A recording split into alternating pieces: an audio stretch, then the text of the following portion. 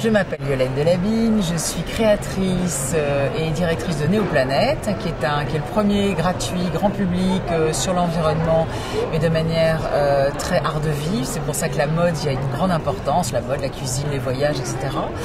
Et je suis au prêt-à-porter, au salon Soétique que j'adore, et il y avait un Soétique Talk, et surtout on rendait le prix Néoplanète pour des marques qui font de belles choses vis-à-vis de l'éthique. La mode éthique, c'est compliqué comme tout ce qui est lié à l'environnement et tout ce qui est lié à l'éthique d'ailleurs. Il y a des choses formidables et puis il y a des choses où on ne sait jamais très bien, on est dans l'ambiguïté. Je pense qu'on est en train de révolutionner notre monde, et donc une révolution, ça ne se fait pas d'une manière facile, pas d'une manière sûre et pas d'une manière rapide. Donc ce qui se passe actuellement, ça va mettre des années à vraiment évoluer, on va mettre des années à savoir, les scientifiques eux-mêmes se trompent sur certaines choses, et on va mettre donc des années à comprendre réellement les choses. Donc je pense qu'on est face à des problèmes assez complexes. Ce qui est important, enfin moi en tout cas ce qui me fait avancer, c'est qu'il y ait du progrès. Et je trouve que la mode est un des secteurs où il y a beaucoup de progrès. Alors, on pourra toujours faire des procès, dire mais celui-là, d'accord, il fait du coton bio, mais les méthodes de teinture sont pas clean, celui-là, il ne fait pas d'équitable, donc il fait travailler des gens, on ne sait pas très bien dans quelles conditions, etc.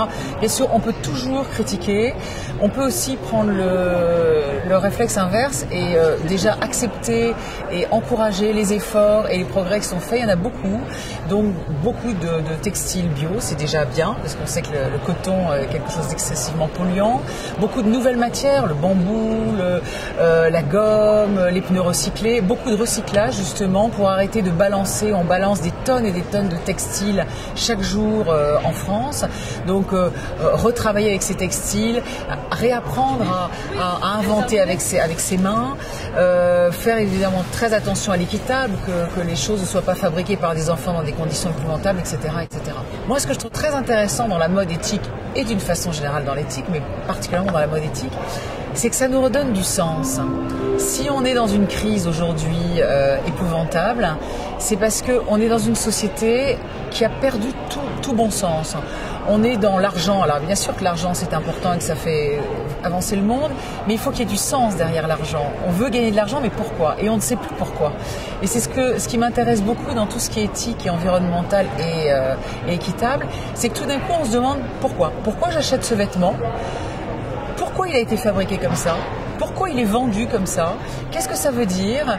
Est-ce que je suis en accord avec ce corps que j'ai, avec cette âme que j'ai, avec cette tête que j'ai? On dit souvent que l'habit ne fait pas le moine, mais si justement. Et donc notre façon d'être habillé, notre façon de consommer, notre façon d'acheter, c'est comme voter. C'est comme voter, c'est un acte politique, c'est un acte philosophique. Donc à partir du moment où la mode éthique progresse, ça veut dire qu'elle va nous donner les moyens de donner du sens à notre quotidien, et c'est formidable.